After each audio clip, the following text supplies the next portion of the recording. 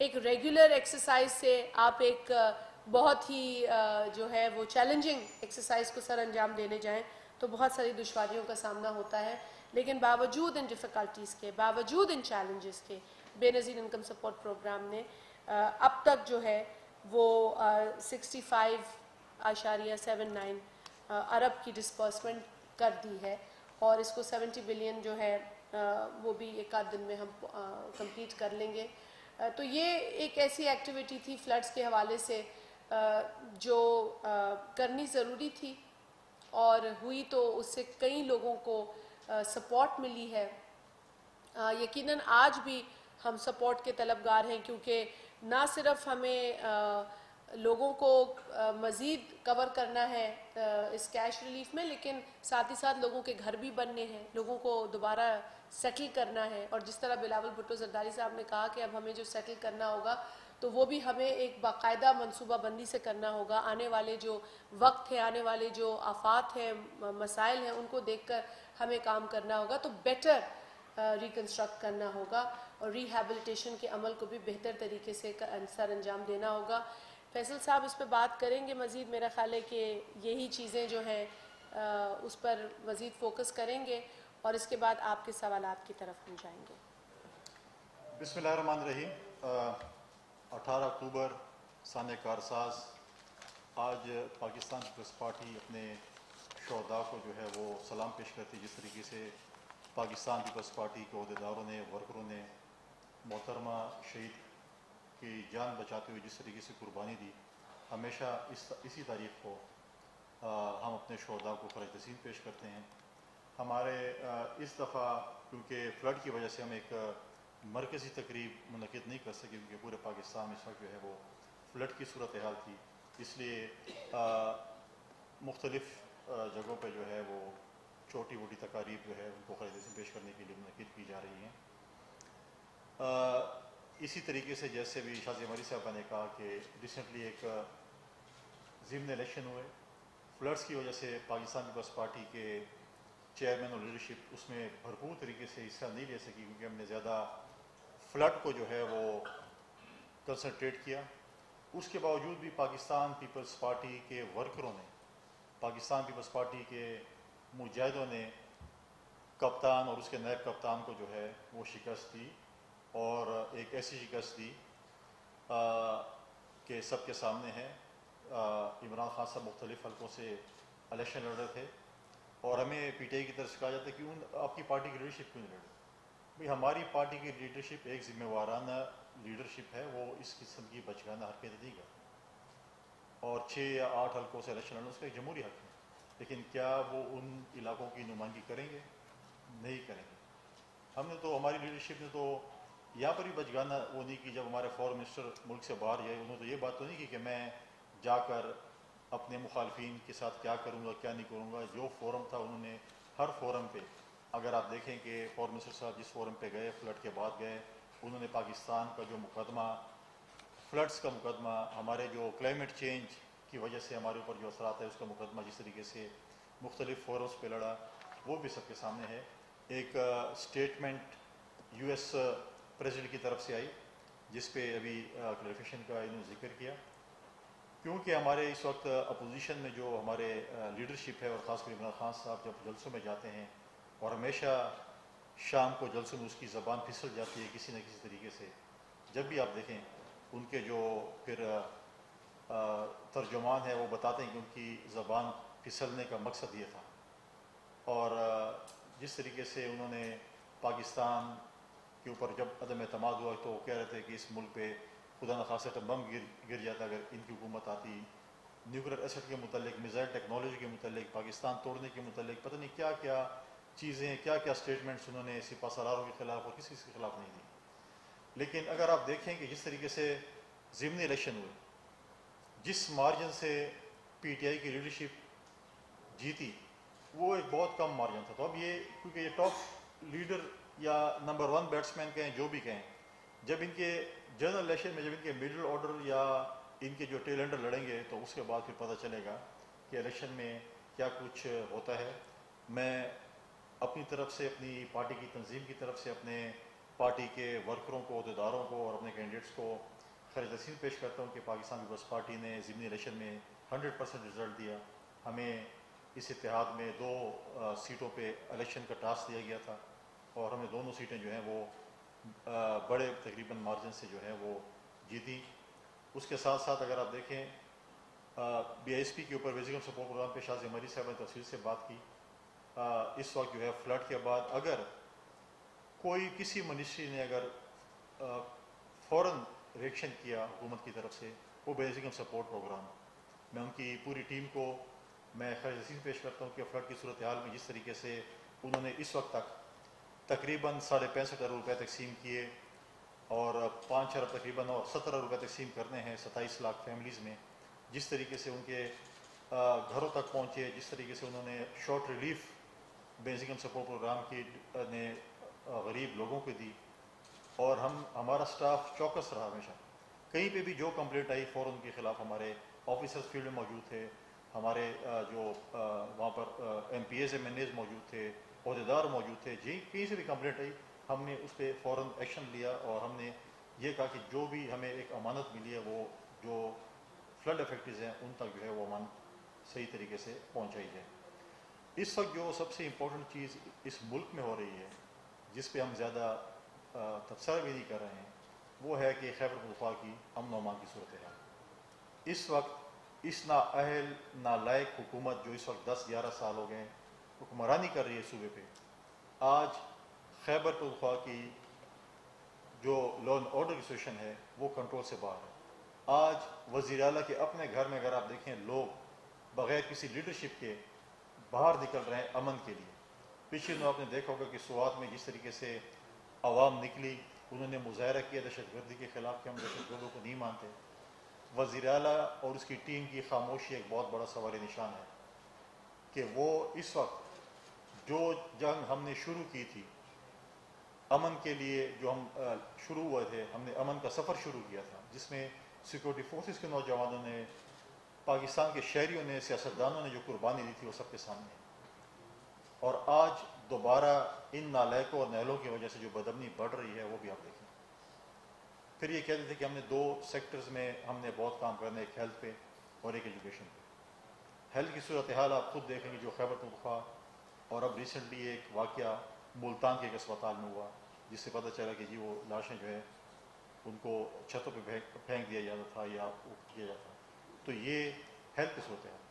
Education کی صورتحال تباہ و برباد ہے. اس وقت خیبر پختونخوا کی سب سے بڑی یونیورسٹی جو گومل یونیورسٹی ہے جو کہ شہید ذوالفقار علی بھٹو کا ایک تحفہ ہے, رقبے کے لحاظ سے ایشیا کی سب سے بڑی یونیورسٹی ہے, اس وقت وائس چانسلر کے بغیر چل رہی ہے. ہمارے ملازمین تنخواہوں کو بیٹھے ہوئے ہیں. اس وقت وہاں پر پی ٹی آئی کی سیاست نے, صوبائی حکومت کی سیاست نے گومل یونیورسٹی کو تباہی کے دانے پہ لے گئے, ان کا بیڑا غرق کر رہے ہیں. یہ ان کی تعلیم کی جو ہے وہ پالیسی ہے. ہیلتھ میں نوشیروان برقی جو کہ ہمارے عمران خان صاحب کے رشتہ دار ہیں وہ یو ایس سے اسکائپ پہ اور پتہ نہیں واٹس ایپ پہ ہیلتھ سسٹم کو چلا رہے ہیں.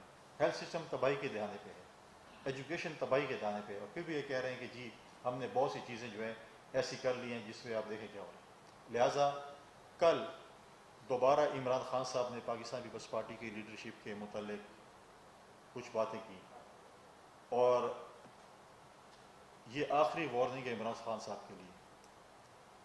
اگر آپ اس قسم کی باتیں کریں گے, کیونکہ آپ کو بہت بڑا بغض ہے, کیونکہ آپ کو خواب میں بھی آصف علی زرداری نظر آتا ہے جس نے آپ کو اٹھا کے دودھ میں جیسے مکھی کو اٹھا کر باہر پھینکا, اس طرح آپ کو جو ہے حکومت سے باہر پھینکا. تو بغض زرداری تو آپ کو ہوگا. آپ کو خواب میں بھی آصف علی زرداری نظر آتا ہے جس نے آپ کو حکومت سے باہر پھینکا. کبھی آپ کہتے ہیں کہ یہ انٹرنیشنل ایک سازش تھی, یو ایس کی سازش تھی. آپ کیا اپنے عارف علوی صاحب کہتے ہیں کہ وہ نہیں تھی. پہلے آپ اپنی پارٹی میں بیٹھ کر صلاح مشورہ تو کر لیں کہ تھا کیا, اور پھر بعد میں کہتے ہیں نہیں یہ تو غلطی ہوگی اور ہم نے ایک ایسے اینکر کو. اور تعجب کی بات ہے کہ عارف علوی صاحب ایک ایسے اینکر کو انٹرویو دے رہے تھے جس کے سارے دن جو ہے وہ ٹرولنگ کے بغیر پی ٹی آئی کے لوگوں کا کام ہی نہیں ہے. انہوں نے ایسے ایک اینکر کو چنا اور پھر کہہ رہے کہ نہیں وہ ہم سے غلطی ہو گئی. لہٰذا یہ ساری اتنی جھوٹ پہ مبنی باتیں, اور پھر لانگ مارچ کی باتیں کرتے ہیں. بھئی آپ نے لانگ مارچ کرنا ہے, شارٹ مارچ کرنا ہے, ہم تو کہتے ہیں 6 مہینے پہلے آپ نے ڈیٹ دینی تھی. 3 مہینے پہلے ہر اس میں کہتے ہیں کہ میں آج جو ہے عوام جمع ہو اور میں آج لانگ مارچ کی ڈیٹ دوں گا، پھر جمع ہو اور پھر میں لانگ مارچ کی ڈیٹ دوں گا. مجھے نہیں لگتا کہ عمران خان صاحب میں یہ جرت ہے کہ وہ لانگ مارچ کی ڈیٹ دے سکتے ہیں، کیونکہ 2 چیزیں ہیں. ہم نے جب کراچی سے لانگ مارچ کیا تھا، ہمارے پارٹی کے چیئرمین نے کہا تھا کہ یا حکومت استعفیٰ دے، الیکشن کا اعلان کرے، یا عدم اعتماد کا سامنا کرے. جب ہم اسلام آباد پہنچ رہے تھے انہوں نے استعفیٰ نہیں دیا. ہم اسلام آباد انٹری کے دن، جس ہماری انٹری تھی، ہم نے عدم اعتماد کی تحریک جمع کی اور اس نے جو ہے اس سے اس حکومت کا خاتمہ ہوا. ان کے پاس ایک پوائنٹ ایجنڈا ہے کہ آپ الیکشن کی تاریخ اناؤنس کریں، وہ حکومت نہیں کر رہی. اس کے بعد آپ کیا کریں گے؟ عدم اعتماد کریں. آپ کے پاس اگر آپ کی اتحادی جماعتیں جو ماضی کی تھی آپ کے ساتھ اگر ملتی ہیں تو عدم اعتماد کی تحریک لے کے ہیں، لیکن وہ بھی آپ کے پاس ممبرز اس وقت جو ہیں وہ اپنے ہی جو ہے کم ہے قومی اسمبلی میں، لہٰذا ان کے پاس اور وہ نہیں ہے کہ بس جلسے ہیں، جلوس ہے. وہ کہتے ہیں کہ ہم حکومت کے ساتھ بیٹھنے کو تیار ہیں اگر وہ الیکشن کی تاریخ کا اعلان کرتے ہیں. لیکن افسوس کی بات ہے کہ جو لوگ سیلاب میں اس وقت گر چکے ہیں، بے سر و سامانی کی حالت میں ہیں، ان کے لیے عمران خان صاحب بیٹھنے کو تیار نہیں حکومت کے ساتھ، لیکن الیکشن کی ڈیٹ کے لیے جو ہے وہ بیٹھنے کو تیار ہیں. آج ایک اور سب سے بڑا جھوٹ بے نقاب ہوا عمران خان صاحب کا. اب ان کا الیکشن کمیشن کے متعلق کیا خیال ہے، جس کے الیکشن کمیشن کے ذریعے آپ قومی اسمبلی کی اتنی اور صوبائی اسمبلی کی سیٹیں جیتے؟ کیا اس الیکشن کمیشن نے اب آپ کے لیے دھاندلی کی؟ آج بتائیں کہ آپ الیکشن کمیشن کے متعلق اور مسٹر ایکس اور مسٹر وائی کے متعلق جو بیان دیتے تھے، تو آج تو فری اینڈ فیئر الیکشن ہوا. آج تو جس طریقے سے الیکشن ہوا اس پہ تو آپ کو اپنے جھوٹ آپ کے سامنے آ گیا. یا تو آپ بول رہے کہ دھاندلی ہوئی ہے اور میں دھاندلی کے ذریعے جیتا ہوں، الیکشن کمیشن نے میرے دھاندلی کی ہے، یا پھر آپ اپنے بیان جو اپنے جھوٹے بیان. اور یہ وہی شخص ہے جس کو انہوں نے اپوائنٹ کیا تھا، ہم نے نہیں کیا تھا. انہوں نے کہا تھا کہ یہ سب سے کمپیٹنٹ شخص ہے جس کو میں چیف الیکشن کمشنر بنا ہوں.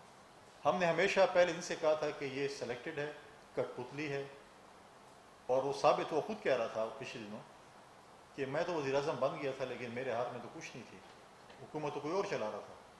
تو ہماری بات جو 2018 میں جب ہم پارلیمنٹ میں آئے نیشنل اسمبلی میں، اور چیئرمین بلال بھٹو زرداری صاحب نے پہلی تقریر میں کہا کہ سلیکٹڈ ہے، یہ کٹ پتلی ہے اور نہیں نائل ہے. انہوں نے آج عمران خان صاحب نے خود کہہ دیا تھا کہ میں جو ہے جب میری حکومت تھی میں کٹ پتلی بھی تھا، میں نائل بھی تھا، نالائق بھی تھا، کیونکہ حکومت کوئی اور چلا رہا تھا. لہٰذا سب چیز ان کے سامنے آ رہی ہے. تو یہ گزارشات تھیں، اور کسی کے کویشچنز ہیں تو پھر ہم لے سکتے ہیں. سہیل خان صاحب یہاں سے لے لے. اچھا آپ چلیں، آئیں سے مائک شروع آپ کے پاس ہے.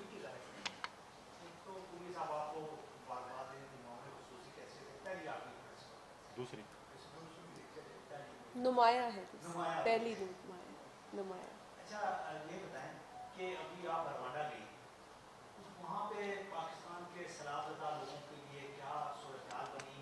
کیا لوگوں نے جو آپ سے وعدے کیے آپ ان پر اتنا یقین رکھتے ہیں کہ کیا وہ امداد کے یا جو بھی وعدے ہوئے وہ پورے ہوں گے؟ دوسرا میرا سوال یہ ہے کہ ڈی آئی ایس پی کے فریم میں جتنے لوگ مستحقین ہیں جن کو بھی آپ نے امداد دیا ہے، تو کیا ان کے لیے کوئی سروے کرنے کا کوئی پروگرام ہے آپ کے پاس؟ دیکھیں آپ کو پتہ ہے کہ جب سے یہ سیلاب کی صورتحال ہوئی ہے تو اس میں تو بالخصوص جو دنیا میں ممالک ہے ان کو آگاہی بھی دی جا رہی ہے اور بتایا جا رہا ہے کہ ہم کتنی تکلیف سے گزر رہے ہیں.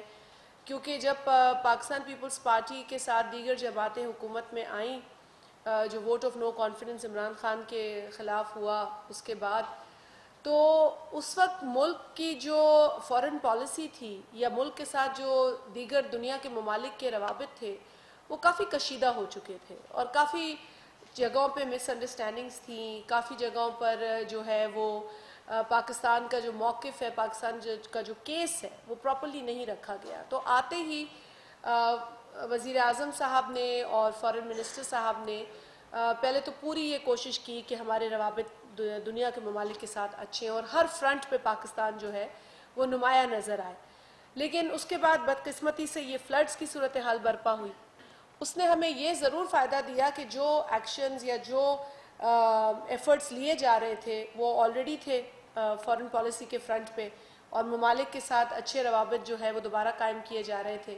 لیکن جو ہی فلڈز آئے تو ہمیں زیادہ ضرورت پڑی کہ دنیا کو بتائیں کہ جی پاکستان میں کیا ہو رہا ہے.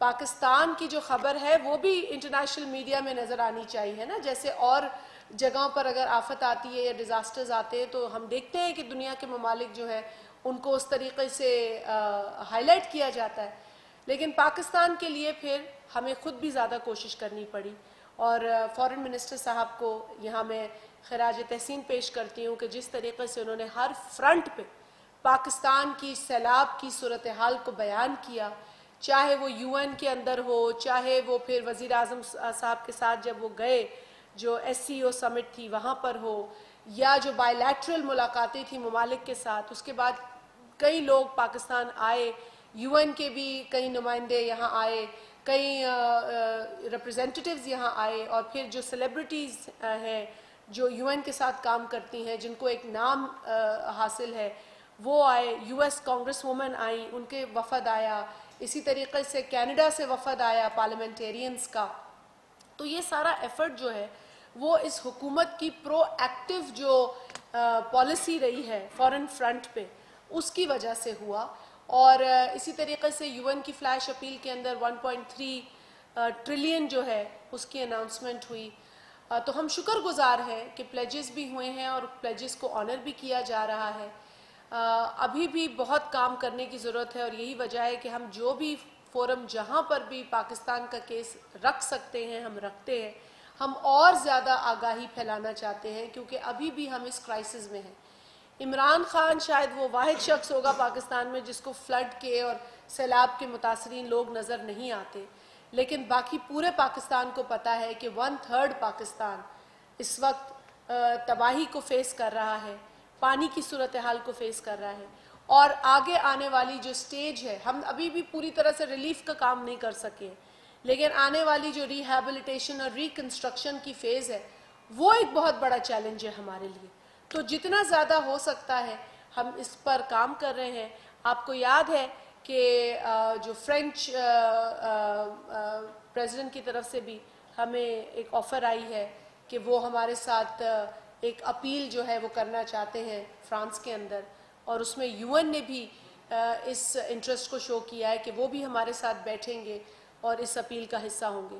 تو یہ وہ ایفرٹس ہیں جو ہم لے رہے ہیں، اور ان ایفرٹس کے نتیجے میں ہمیں دنیا سے ایک اچھی رسپانس آئی ہے. ہم امید کرتے ہیں کہ آگے آنے والے دنوں میں یہ تمام چیزیں جو ہے اس میں مزید اضافہ ہو، کیونکہ پاکستان کو دوبارہ اپنے آپ کو اس پوزیشن میں لانے کے لیے نہ صرف ریسورسز کی ضرورت ہوگی بلکہ ایکسپرٹیز کی بھی ضرورت ہوگی، کیونکہ آئندہ آنے والی کنسٹرکشن جو ہوگی وہ جیسے میں نے پہلے کہا کہ فیوچر کے جو ڈیزاسٹرز ہیں ان کو نظر میں رکھ کر کرنی پڑے گی، کیونکہ موسمیاتی تبدیلی ایک حقیقت ہے.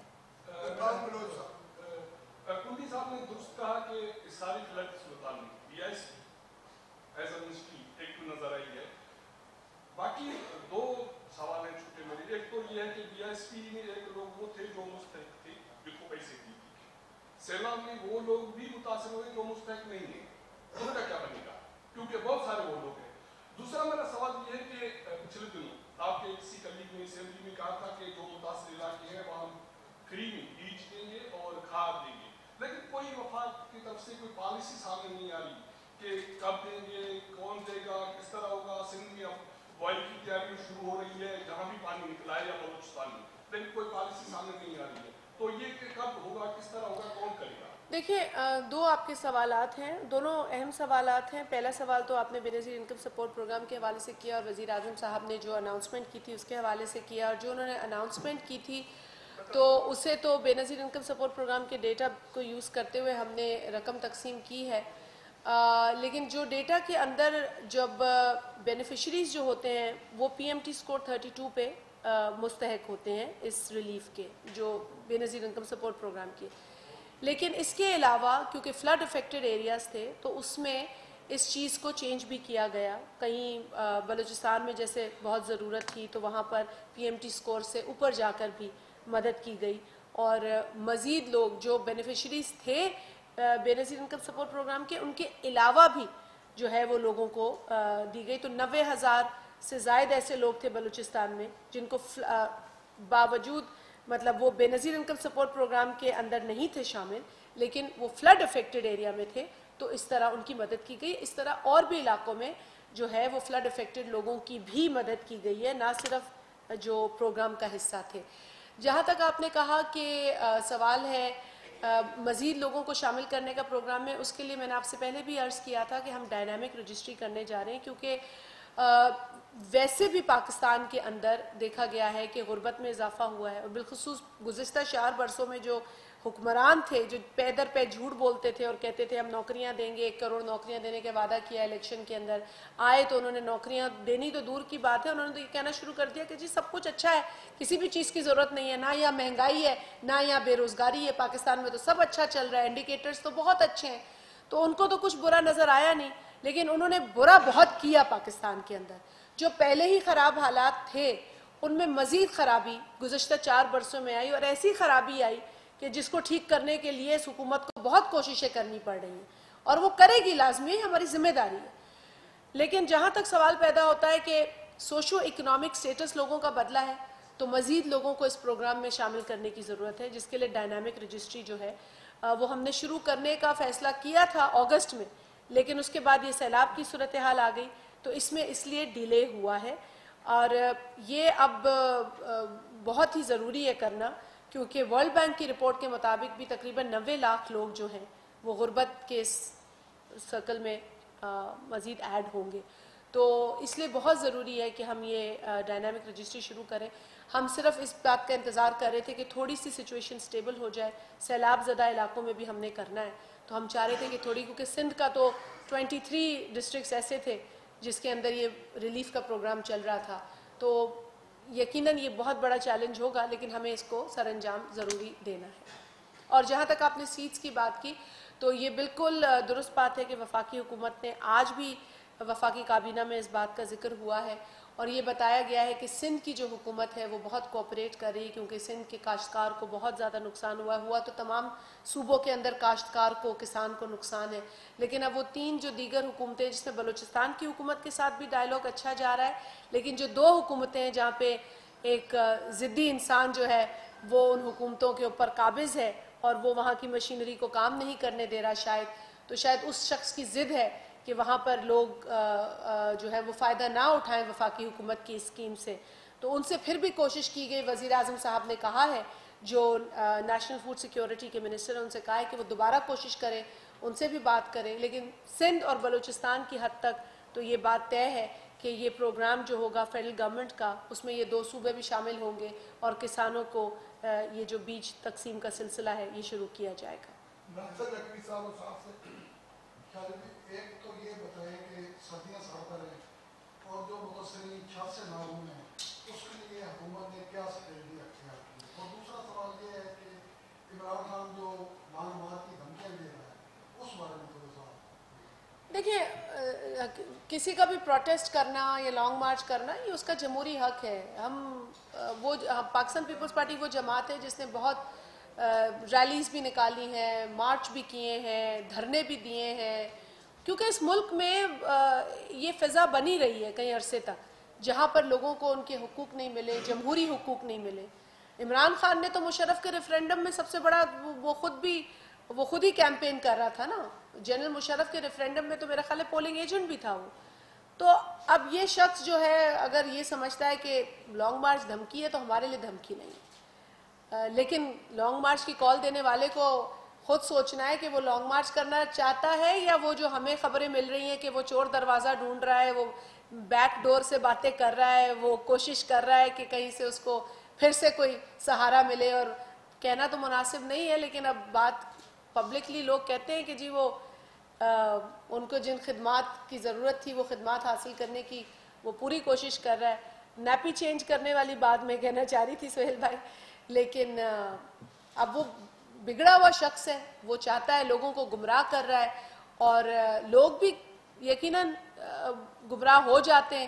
لیکن آفرین ہے ملتان کی عوام کو، آفرین ہے ملیر کی عوام کو جس نے ان کے جھوٹے نیریٹو کو رد کیا. جو جھوٹا بیانیہ عمران خان جو ٹرک کی بتی کے پیچھے لوگوں کو لگا رہا ہے، وہاں پر ہم نے دیکھا ملتان اور ملیر میں اس کو منہ کی کھانی پڑی. تو میں تو سمجھتی ہوں کہ اگر کچھ کرنا چاہتا ہے جمہوری طریقے سے تو 100 بسم اللہ اسے کرنا ہے. اور جہاں تک سوال پیدا ہوتا ہے سردیوں کا، تو آج بھی کابینہ میں اراکین نے جو